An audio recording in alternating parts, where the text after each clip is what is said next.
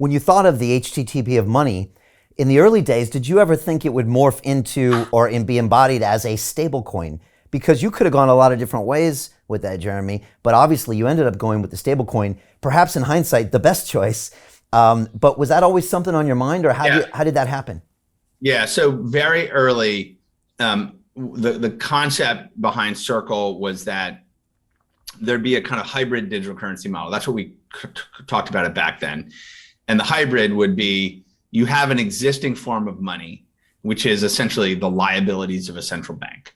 And those will continue to exist. Governments will issue debt, people will buy that debt, and that will be the dollar or the euro or whatever it is, these liabilities of central banks. And those are going to continue to be administered on centralized databases. As I like to say, the dollar is a Oracle database running on a cluster of Sun Solaris machines. That's actually what the dollar is, if you want to get behind the scenes, right? So you're going to have that.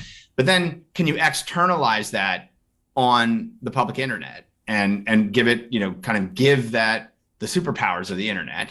And that was kind of the idea from very early on. And in the first iterations of what we were doing, there were no, second generation blockchains didn't exist. There was kind of Bitcoin and there were some other experiments. And so you couldn't build tokens and smart contracts. You couldn't actually create a protocol.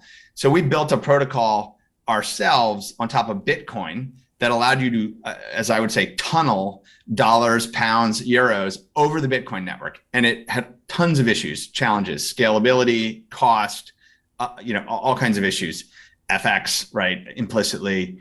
And so the architecture, we pivoted basically in late 2016, early 2017, when Ethereum got to a point where you could actually build things on it. And I called it production beta, right? So you could actually build things on it.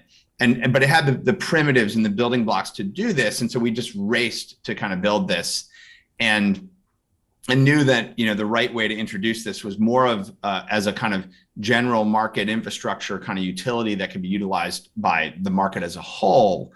And that found product market fit pretty quickly.